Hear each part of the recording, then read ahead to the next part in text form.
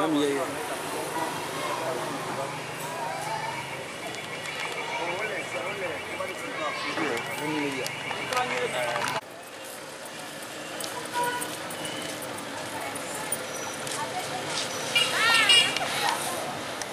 visite de la C14 à la présence civile de l'ONU, d'abord, quelle est la motivation?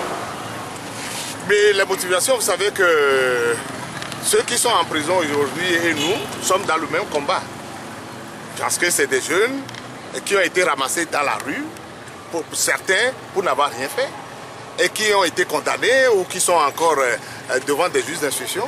Mais il est normal qu'au nom de la coordination, nous puissions aller leur apporter notre réconfort et les rassurer que nous sommes en train de travailler le dossier. Ceux qui sont des avocats parmi nous feront en sorte que le dossier juridique et judiciaire, on le suivra, et les démarches qu'on fera en direction de l'autorité politique et autres pour qu'ils soient libérés.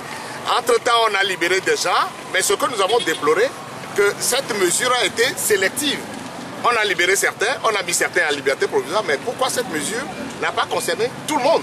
C'est ce que nous avons déploré, mais nous sommes en train de faire des démarches aujourd'hui pour faire en sorte que tous ces gens-là soient libérés. Vous les avez vus, quel est leur état d'esprit?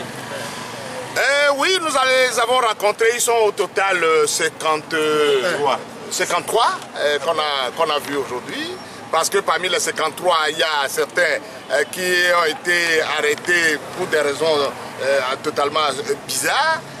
Dans ce cas-là, vous avez Johnson, vous avez Sativi, vous avez Alassane Fataou.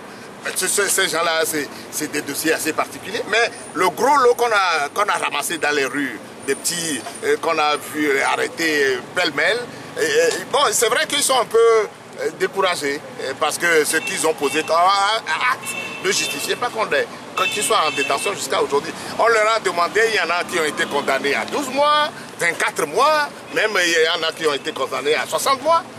Pourquoi? Pour avoir manifesté dans la rue, pour avoir posé des actes, pourquoi on va pour des peines aussi lourdes pour avoir voulu la liberté pour son pays, pour avoir recherché un mieux-être pour son pays.